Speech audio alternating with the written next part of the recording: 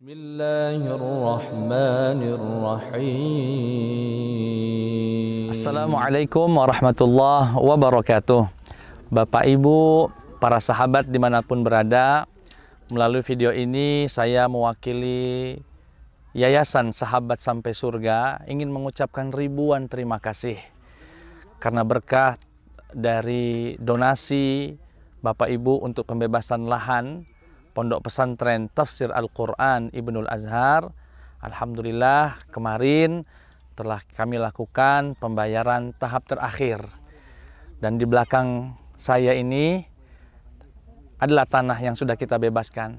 Ada jamaah yang menyumbang 1 meter, ada yang menyumbang 10 meter, bahkan ada yang sampai 1000 meter. Insya Allah tanah ini akan menjadi saksi kebaikan Bapak Ibu semua di sisi Allah Subhanahu wa Ta'ala. Dan sudah beberapa hari ini kita sudah melakukan tahap perataan lahan, ya, perataan lahan. Rencananya 2 bulan atau 3 bulan ke depan kami akan mulai pembangunan. Maka dari itu kami mengajak seluruh jamaah, Bapak Ibu semua, saudara semua, untuk menyisihkan sebagian hartanya, berinvestasi akhirat, mewujudkan cita-cita mulia demi perjuangan Al-Quran Al-Karim, mendirikan pondok pesantren Tafsir Al-Quran Ibnul Azhar.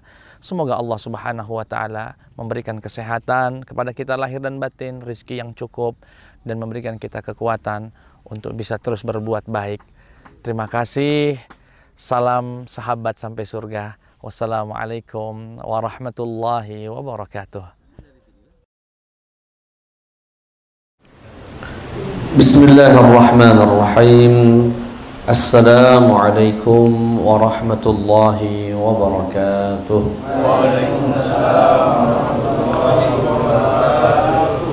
Alhamdulillahi rabbil alamin. Wa afdalus salati wa atammut taslimi ala sayyidil mursalin Nabiyyina Muhammadin sallallahu alaihi wasallam wa ala alihi wa sahbihi ajma'in, amma ba'd. Para jamaah yang dimuliakan oleh Allah Subhanahu wa Ta'ala, Alhamdulillah atas segala nikmat yang Allah berikan kepada kita, bilkhusus nikmat bisa menunaikan salat Isya secara berjamaah. Mengapa demikian? Karena kata Rasulullah sallallahu alaihi wasallam, inna athqala salatin 'alal munafiqina salatul 'isya'i wal fajr. Sesungguhnya salat yang paling berat bagi kaum munafik adalah salat Isya dan salat subuh. Lau ya'lamuna ma fihima, andaikan kaum muslimin itu tahu besarnya pahala yang Allah letakkan di balik 2 salat itu, yaitu salat Isya dan salat subuh, la atauhuma walau habwan, niscaya mereka akan datang ke masjid menunaikan keduanya walau harus merangkak-rangkak seperti anak bayi. Tapi alhamdulillah badan kita sehat, dimudahkan Allah, pacak melaksanakan sholat Isya berjamaah. Semoga itu tanda bahwasanya benih-benih kemunafikan itu tidak ada dalam hati kita. Amin ya rabbal alamin. Salawat beriring salam tercurahkan kepada junjungan suri tauladan kita, juru penyelamat kita, baginda Muhammad sallallahu alaihi wasallam. Semoga kita semua mendapatkan syafaatnya kelak di hari kiamat. Amin ya rabbal alamin. Pada malam hari ini sampailah kita ke hadis nomor 41. Minggu depan hadis 42, dan itu hadis terakhir dalam kitab Al-Arba'in An-Nawawiyah. Artinya hadis ke-41 ini dan perjumpaan atau majelis kali ini insyaallah menjadi pertemuan terakhir dalam kajian kitab Arba'in An-Nawawiyah di masjid ini, Masjid Al-Hidayah, An-Nur, Musalla Al-Hidayah. Semoga Allah catat semua yang sudah kita lakukan atau yang sedang kita lakukan dan yang akan kita lakukan sebagai amal soleh untuk kita semuanya. Amin ya rabbal alamin. Hadis ke-41 ini sangat sederhana tetapi luar biasa. An Abi Muhammadin Abdullah bin Amr bin As radhiyallahu anhuma qala qala Rasulullah sallallahu alaihi wasallam, Rasulullah bersabda, la yu'minu ahadukum, tidaklah sempurna iman salah satu di antara kalian, hatta yakuna hawahu, sampai hawa nafsunya, keinginannya, taba'an, tunduk, ngikut, lima ji'tu bih, untuk sesuatu yang aku bawa, yaitu maksudnya adalah syariat yang dibawa oleh Nabi Muhammad sallallahu alaihi wasallam. Saya ulangi lagi, tidaklah sempurna iman salah satu di antara kalian sampai hawa nafsunya tunduk dengan syariat yang kubawa. Tunduk dengan syariat yang kubawa. Hadis ini hadis yang sahih dan juga diriwayatkan dalam kitab Al-Hujjah ya, oleh Imam Nawawi, diambil dari kitab Al-Hujjah dengan sanad yang sahih. Bapak-bapak dan ibu-ibu yang dimuliakan Allah Subhanahu wa taala, dalam hadis ini sebetulnya sangat sederhana ya. Namun demikian dia menjadi kunci untuk semua yang kita jalankan dalam kehidupan ini. Di mana kata Rasulullah, iman ini Pak, kalau Bapak Ibu sudah mengucapkan asyhadu an la ilaha illallah wa asyhadu anna Muhammadan Rasulullah dengan sepenuh hati, dengan ketulusan, dengan penuh keyakinan, maka Bapak sudah tercatat dan terregistrasi sebagai seorang mukmin. Sudah terregistrasi, tercatat sebagai seorang muslim, seorang mukmin. Dan konsekuensi dari dua kalimat syahadat yang diikrarkan itu adalah menjalankan syariat. Yang diperintah dilakukan, yang dilarang ditinggalkan. Itu sebetulnya rangkuman dari kehidupan kita ini. Nah, Bapak mau taat sama Allah ataupun tidak taat sama Allah, itu ada yang mendorong. Dan itu salah satunya adalah hawa nafsu. Maka dari itu izinkan kami untuk memaknai hawa nafsu ini apa. Terkadang di dalam Al-Quran atau dalam hadis, hawa nafsu itu maknanya bagus Pak. Kadang-kadang hawa nafsu itu bisa diartikan keinginan, kecondongan kepada yang baik-baik. Itu juga dalam bahasa Arabnya hawa. Atau kadang-kadang kecondongan kepada yang buruk. Dan itu yang paling familiar di telinga kita. Kalau disebut hawa nafsu biasanya konotasinya yang jelek-jelek. Ya, mengikuti hawa nafsunya.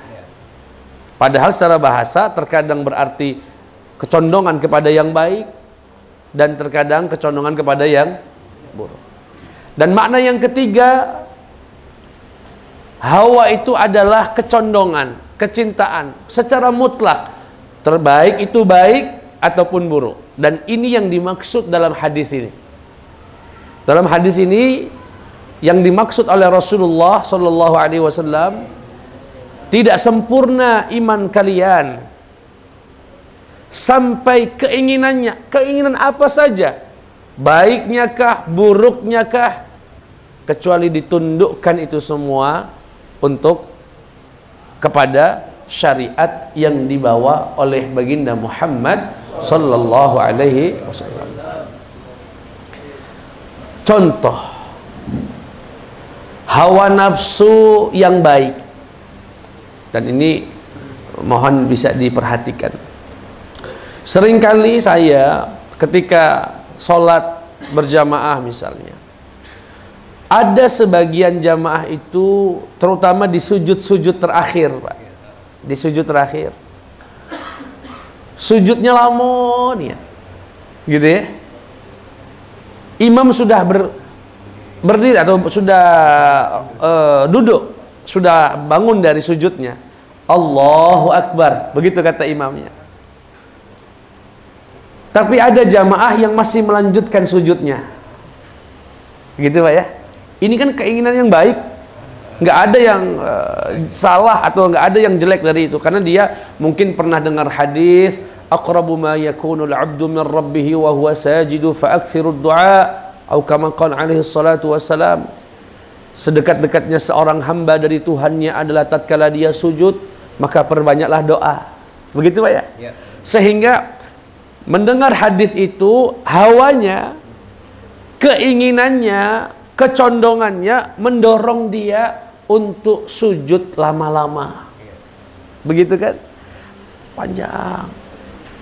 Tetapi sekali lagi, tidak sempurna iman seorang muslim sampai hawa kebaikannya pun harus tunduk dengan syariat. Bagaimana cara menundukkannya? Kalau imam sudah bangun untuk duduk, duduklah walaupun belum selesai dari doanya. Idza rafa'al imamu farfa'. Jika imam sudah bangun, bangun. Jadi jangan dilama-lamain, Pak. Kadang-kadang tahiyatnya sudah hampir selesai atau sudah sampai mendekati asyhadu alla ilaha illallah, masih kita dapati beberapa jamaah yang masih dalam sujudnya. Dan ini belum menundukkan hawa nafsunya untuk tunduk kepada syariatnya Nabi Muhammad sallallahu alaihi wasallam. Saya berhusnudzan, orang-orang itu orang-orang baik, Pak. Bukan orang jahat. Orang dia sujud lama, bagus. Cuma sekali lagi, hawa nafsu kita, apapun itu, baikkah dia, burukkah dia, harus tunduk dengan syariatnya Nabi Muhammad. Dan syariatnya Nabi Muhammad sallallahu alaihi wasallam mengatakan, jika imam sudah ngangkat, sudah duduk, duduklah. Farfa, menggunakan kata huruf fa dalam bahasa Arab. Fa itu, Pak, litartibi wa ta'qib, menunjukkan cepat. Begitu imam duduk, duduklah, jangan ada jeda yang lama. Sampai sini jelas, Pak? Jelas. Kalau dia, padahal dia lagi doa nih, Pak, Rabbana atina fid dunya hasanah misalnya, Allahu Akbar, imamnya Allahu Akbar, padahal hawanya ini masih pengen nak cerita sama Allah. Sampai sini jelas insya Allah. Ini yang dimaksud oleh hadis ini.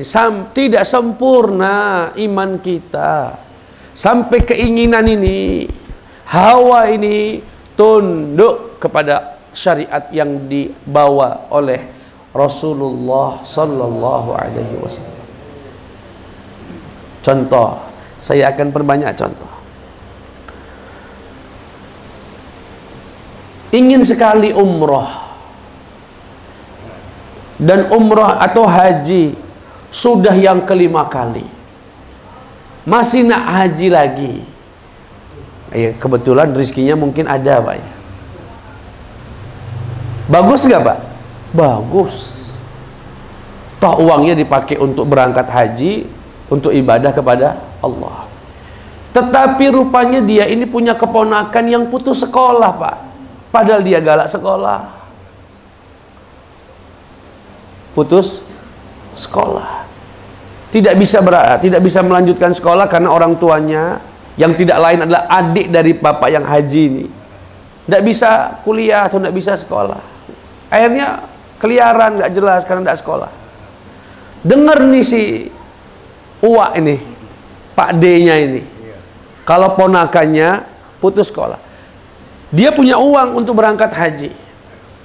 Hawanya baik, pengen berangkat, tetapi kalau dia mengikuti syariat Nabi Muhammad SAW, menyekolahkan dan membantu saudaranya yang putus sekolah tadi, jauh lebih berpahala, jauh lebih diridhai oleh Allah dan Rasulnya ketimbang dia berangkat haji yang kedua, keempat, kelima, yang itu nilainya sunnah di mata Allah Subhanahu wa taala. Menolong saudaranya dikala tak ada yang bisa menolong, saat itu menjadi kewajiban yang harus dilakukan.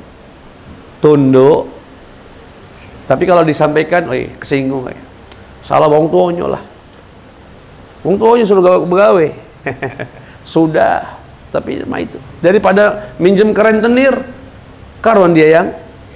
Dan kalau dia mampu menundukkan nafsunya kemudian diberikan, sempurna imannya. Jelas sampai sini, Pak? Contoh lain, hadir yasinan semangatnya, nomor 1, penuh wong yasinan tahlilan, ya Pak ya.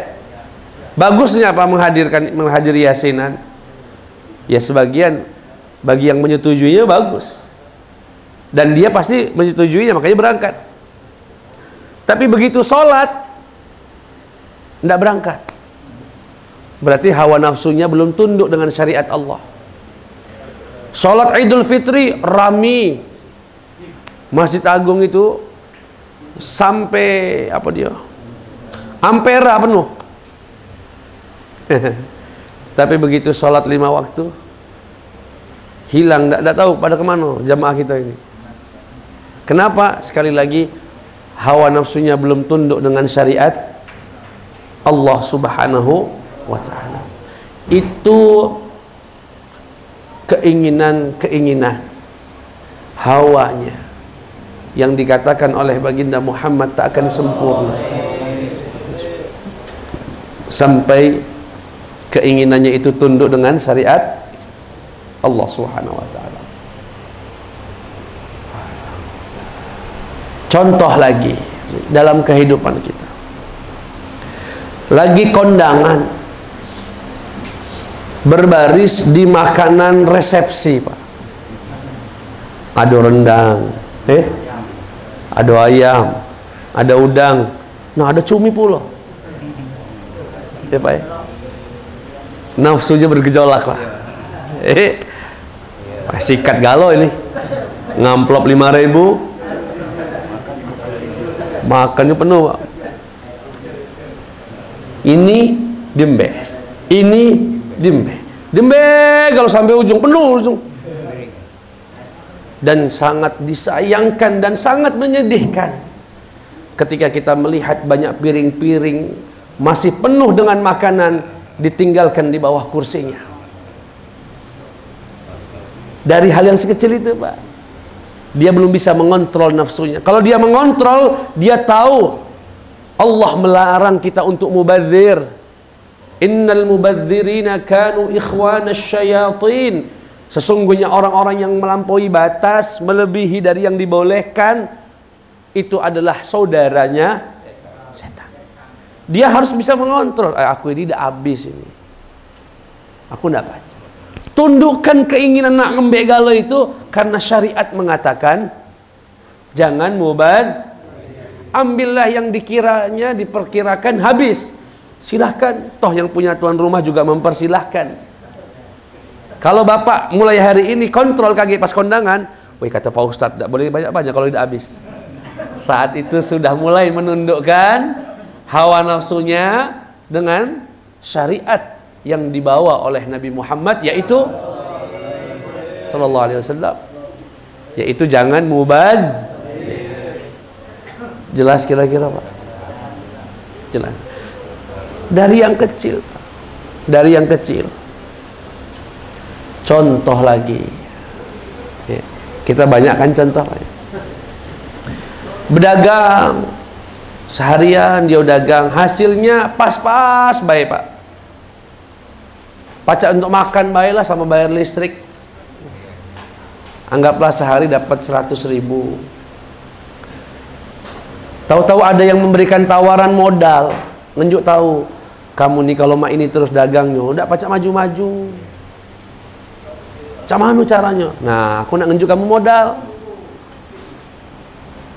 Biar agak, mewah dikit lah warungnya, gerobaknya agak bagus dikit, meja-mejanya pacak mengkilat misal. Jadi kaki orang tuh tertarik. Iya juga, bagus. Terus, njuk baik fotokopian KTP. Kunjuk 10 juta. Tapi itulah, ngerti? 5% baik. 5% bunganya. Dicicil. Wah, pegejolak ini Pak, hati wong tadi Pak. Iya juga ya. Apalagi tetangganya, teman-temannya yang dagang itu ngembek galau. Wah, makin panas itu. Itulah yang disebut dengan mujahadah, Pak. Jadi kalau Bapak pernah dengar istilah mujahadatun nafs, jihad melawan diri sendiri, itu maksudnya ini, bergejolak dia. Ngembek ida. Nelpon Pak Ustadz dulu lah. Tanya dulu. Assalamualaikum Pak Ustadz. Ini Pak Ustadz, aku nih ada yang nak dicerita kepanjang nih yang ceritanya Pak Ustadz. Boleh dah aku silaturahim? Boleh, lajulah. Ini kisah nyata ini Pak, bukan FTV. Kisah nyatanya. Datang dia ke rumah cerita tadi. Aku ini 5 tahun Pak Ustadz, inilah motorku tidak pernah ganti-ganti. Aku ini meningkatkan taraf hidup aku Pak Ustadz. Terus, ini ada modal Pak Ustadz, ada wong nak ngenjuk aku modal 10 juta. Mudah nih yang syaratnya Pak Ustadz, fotokopi KTP. Bayangkan. Tidak sesusah bayar samsat. Sama kakak Pak Kenapa samsat yang disebut Cahaya Ustadz punya kasus sama samsat.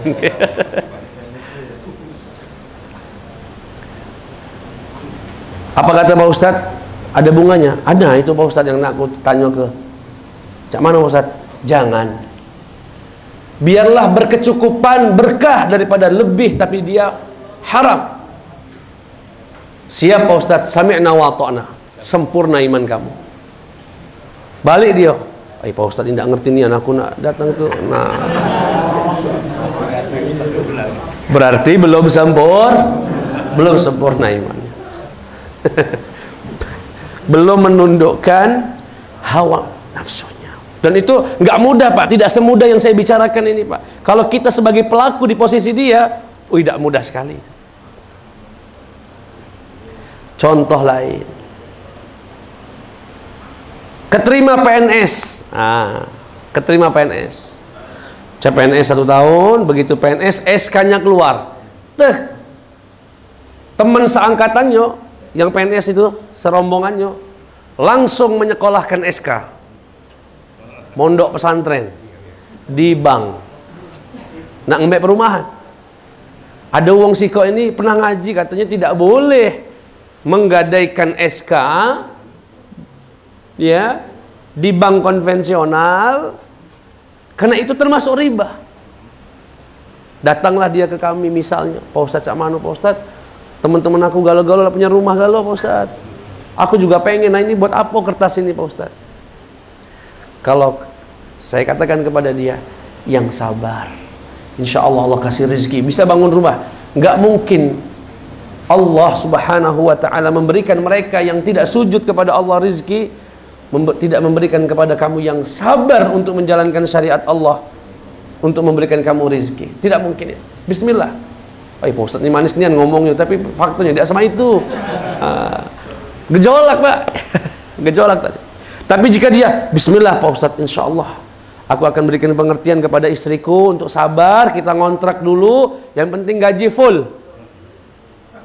Nah kalau sudah sekolah Pak, tinggal 600.000. Itulah bawaannya marah terus ke kantor. Lah kerja siang hari cuma untuk dapat 600.000 karena sebagian besar dari gajinya sudah disedot oleh bank membayar tagihan rumah plus bunganya. Tahu-tahu teman ini, bismillah Ustadz, nggak apa-apa, biarlah aku diomong-omong PNS ngontrak, nggak apa-apa, yang penting aku bahagia. Mantap, sempurna imanmu, karena kau telah menundukkan hawa nafsumu, keinginanmu tadi kepada syariat yang telah dibawa oleh Nabi Muhammad Sallallahu Alaihi Wasallam. Jelas Pak ya? Silahkan contoh, kiaskan ini kepada banyak lini kehidupan kita. Yang nak nikah, yang nak nikah ya, mau mengadakan resepsi, bisikan dari uaknya, bisikan dari pamannya, wih, apa kira ada hiburannya dah ini? Ada hiburannya dah? Wih, dah usah lah pak, aku ni kata Pak Ustaz, tak boleh lah ada hiburan-hiburan mah itu. Wih, sepi nian, kaget sepi, apa kata uang? Kita ni uang terpandang di sini, terpandang. Tari India pula, nah. Aku jujur be, tahu tari India tu di Palembang ni lah pak. Ngeri rasanya, ngeri. Badan besar-besar, keling pula.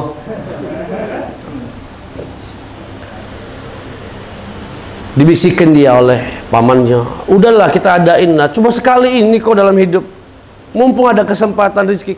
Kalau nggak ada sanggup bayar organnya, paman yang bantu nah. Memang kalau menjalankan syariat itu pak, apalagi di akhir ini, kata Rasulullah sallallahu alaihi wasallam, sayati 'alan nasi zamanun, akan datang kepada manusia suatu zaman, as-sabiru fihim 'ala dinihi kal qabidhi 'ala al-jamar, orang yang sabar memegang agamanya di zaman itu bagaikan orang yang menggenggam batu arang yang sedang hidup. Panas, hanya orang yang kuat saja yang mampu melaksanakan agama di akhir zaman ini pak. Dikala semua orang di kampung ini setiap kali resepsi mengadakan organ-organ tunggal, apalagi ada apa nih joget baru nih, maromai apa namanya itu? Moromere, apa dia moromere? Dan ini mulai membudaya ini. Tegaskan itu haram dan bertanggung jawab yang punya acara. Ketika semuanya melakukan itu, dia tidak. Apa kata orang? Disitulah yang disebut Rasulullah panas, jadi cibiran orang, banyak dikomentari netizen. Tapi kalau kita sanggup berpegang dengan agama, insya Allah tidak perlulah hiburan semacam itu. Kalau mau ada hiburan, kita panggil grup gambus, grup rebana misalnya. Jika sanggup pak, kata Rasulullah, pahala di zaman itu ka khamsina rajulan minkum, pahalanya 50 kali lipat dibandingkan kalian. Para sahabat mempertanyakan siapa yang dimaksud kalian itu. Ya Rasulullah, minkum di situ. 50 kali lipat dari kalian siapa? Apakah orang-orang di zaman mereka atau kami? Bal minkum. 50 kali lipat dibandingkan kalian wahai para sahabat. Subhanallah. Jadi kita ini pak, kalau mampu taat di zaman ini, pahala kita pada setiap ibadah itu 50 kali lipat dibandingkan yang diterima oleh para sahabat. Dan saya pernah jelaskan, jangan dikira kemudian sahabat pahalanya lebih dikit dari kita, tidak. Karena sahabat punya amal jariah, yaitu Islamnya kita ini berkat perjuangan sahabat, sehingga sahabat juga mendapatkan pahala yang kita dapatkan.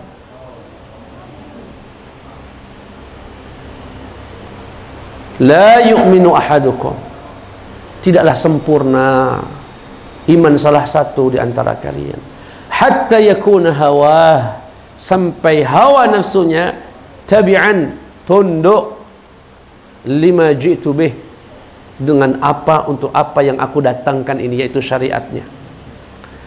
Bapak-bapak dan jamaah sekalian yang dimuliakan oleh Allah Subhanahu wa ta'ala.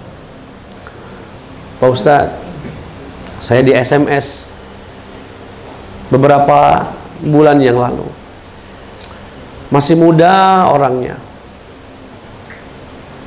Pak Ustaz, aku nih sekarang dapat kerjaan lumayan Pak Ustaz, dengan itu saya nggak ganggu orang tua, cuma saya gelisah dengan kerjaan saya Pak Ustaz. Kerjanya apa? Aku kerja di leasing Pak Ustaz, bagian yang narik-narikin bunga itulah Pak Ustaz, yang narik-narikin. Gelisah batin aku Pak Ustaz. Tapi satu sisi aku juga butuh uang itu Pak Ustaz. Saya Pak, dengar cerita dia, mohon maaf agak melas, agak iba rasanya nak ngomong haram itu. Tapi lagi-lagi pilihan di tangan dia, tugas kami hanya menyampaikan. Kalau memang jawabannya cuma haram, ya kalau ada pilihan lain, saya berikan solusi. Karena pilihannya nggak ada. Saya katakan kepada dia, mohon maaf, akhi. Carilah pekerjaan yang lain. Insya Allah lebih berkah, sabar. Setelah itu saya nggak ada komunikasi lagi sama dia. Karena saya tidak mau menekan, karena itu pada akhirnya tanggung jawab dia, dan kami sebagai seorang ustadz sudah menyampaikan tugasnya. Beberapa hari kemarin saya ketemu dia. Saya tanya, apa gawe sekarang? Alhamdulillah Pak Ustadz, ya Allah. Aku dengar dari setelah nelpon Pak Ustadz itu saya resign Pak Ustadz. Keluar, dan sekarang saya dapat pekerjaan lebih besar gajinya dari itu Pak Ustadz. Lebih besar. Subhanallah. Dan bapak-bapak yang dimuliakan Allah Subhanahu wa taala, begitu. Dan itu menjadi saksi, makin mantap dia dengan ucapan kami yang memerintahkan atau meminta dia untuk keluar dari kerjaan itu. Tetapi begini, saya ingin sedikit meluruskan, karena ada sebagian orang itu meninggalkan haram untuk yang halal dengan motifnya motif duniawi, Pak. Maksudnya gimana Ustadz? Gini, ada orang misalnya kerja di tempat yang haram, kemudian dia mendengar hadis, barang siapa yang meninggalkan sesuatu yang haram karena Allah akan gantikan dengan sesuatu yang lebih baik. Dia menafsirkannya dengan gaji yang lebih besar. Oh, aku kerja di tempat haram, gajinya 4 juta. Kalau aku tinggal ke ini, pasti gajiku pacak yang 8 juta, yang 10 juta. Itu tafsiran dia. Lebih baik di situ diartikan dengan pendapatan yang lebih besar. Akhirnya apa? Banyak orang resign dari kerjaan yang dulu, begitu resign keluar, gajinya malah dikit. Berlalu setahun, 2 tahun, nah mana katanya pacak diganti lebih besar. Kenapa ini kecil? Akhirnya dia menyalahkan hadis itu. Ay, kalau main aku balik lagi, Pak. Balik lagi. Kenapa demikian? Dan ini banyak, nggak 1-2 orang yang begini. Karena dia salah menafsirkan atau salah mendengarkan, atau mungkin yang menyampaikan tidak sempurna dalam menyampaikannya. Pak, yang dimaksud lebih baik di situ adalah mendapatkan ridha Allah, meski dengan gaji atau pendapatan yang lebih sedikit. Ridha Allah, ketenangan batin, itu yang pasti diberikan Allah Subhanahu wa taala. Syukur-syukur ditambah bonus, gajinya lebih besar. Jadi jangan salah. Nanti ada orang begawe nelpon kami sebut pekerjaannya itu haram, carilah yang lain. Begitu cari yang lain, tidak kunjung datang. Ay, kata bohong juga Pak Ustadz nih. Kalau dia ngarang paling. Tidak. Sekali lagi, la yu'minu ahadukum. Tak sempurna iman kalian. Ya, terutama buat yang muda-muda ini, yang masih banyak cita-cita dan angan-angan. Kalau Pak Haji inilah sudah, insya Allah lah, lakonaah beliau ini. Insya Allah. Kita ini termasuk saya masih pengen, punya mobil, berderet, punya ruko. Ini masih banyak ini. Disitulah bisikan-bisikan nafsu, bisikan setan mendatangi kita. Tapi kalau kita punya pegangan yang kuat, la yu'minu ahadukum hatta yakuna hawahu tabi'an lima ji'tu bih. Tak sempurna iman salah satu di antara kalian sampai hawa nafsunya, keinginannya, angan-angannya, galo-galonya ditundukkan kepada syariat yang dibawa oleh Nabi Muhammad SAW. Dan insya Allah, Pak, tak mungkin Allah menghinakan orang yang berpegang teguh dengan syariatnya. Mustahil. Lan yukhzikallahu abadan. Ketika Nabi Muhammad SAW pertama kali mendapatkan wahyu, dia tidak tahu siapa yang datang kepadanya dan mendekapnya. Dikira itu adalah jin yang ingin membunuhnya. Pulanglah dia ke rumah, berjumpalah dengan Sayyidah Khadijah, istri tercintanya. Kemudian Rasulullah saat itu berkata, "Zammiluni, zammiluni." Selimuti aku takut ada orang mau bunuh aku, ada jin mau bunuh aku. Karena saat itu Nabi Muhammad tidak tahu kalau yang datang itu adalah malaikat Jibril. Beliau kira itu adalah jin yang ingin membunuhnya. Ketakutan Rasulullah SAW. Lihat apa jawaban Sayyidah Khadijah. Lan yukhzikallahu abadan. Wahai suamiku, Allah tidak akan pernah menghinakanmu, tidak akan membahayakanmu. Kenapa? Innaka la tasilur rahim. Sesungguhnya engkau selalu menjalin silaturahim, membantu orang susah, memuliakan tamu. Lihat Pak, kebaikan-kebaikan itu tidak mungkin orang yang berbuat baik memuliakan tamu, membantu orang susah, menjalin silaturahim, menegakkan sholat, meninggalkan yang haram, kemudian dihinakan oleh Allah Subhanahu wa taala. Enggak mungkin. La yukhzikallahu abadan. Yakin betul, insya Allah. Buat adik-adik yang muda, ya, yang masih punya cita-cita ke depan, ada gawe nih, cuma harus ngenjuk sogokan, wong tua siap membayar ke? Oh, laju biasanya tuh. Pak, aku ada gawe Pak, jadi Honda. Tahu Honda Pak ya? Honor daerah. Cuma itulah 30 juta Pak. Oh, tidak apa-apa. Kaki Bapak jual mobil kita, motor kita. Jangan terima. Bismillah. Ada jalan-jalan lain untuk Allah mendatangkan rizki kepada kita. Insya Allah. Jika seekor cecak yang tak bisa terbang bisa memakan nyamuk yang terbang, cecak itu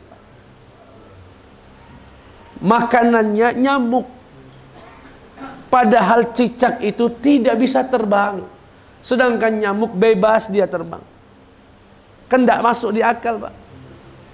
Tetapi kalau Allah sudah tentukan itu rizkinya, Allah datangkan nyamuk itu untuk mendekati cicak.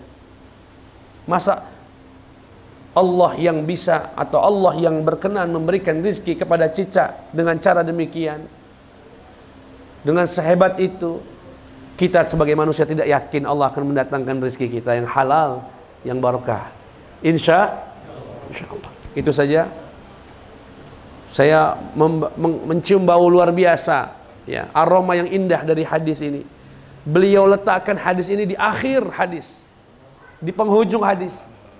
Seakan beliau ingin mengatakan seluruh yang saya sampaikan dari awal hadis itu tidak mungkin bisa dilaksanakan sampai hawa nafsu kita tunduk dengan syariat Allah. Percuma syariat itu dijelaskan kalau pada akhirnya hawa nafsu ini yang menjadi motor pergerakan dalam diri kita tidak ditundukkan untuk syariat Allah. Itu mungkin hikmah, filosofi di balik peletakan hadis ini di ujung rentetan hadis-hadis dalam kitab Al-Arba'in An-Nawawiyah. Beliau ingin semua syariat yang kami jelaskan pada hadis-hadis sebelumnya itu bisa diamalkan dengan cara menundukkan nafsu ini, hawa ini, keinginan ini untuk tunduk kepada syariat yang dibawa oleh kekasih kita semua, baginda Muhammad sallallahu alaihi wasallam. Itu saja, kurang dan lebihnya mohon maaf kepada Allah, mohon ampun. Wassalamualaikum warahmatullahi wabarakatuh. Kalau ada yang mau ditanyakan, dipersilakan.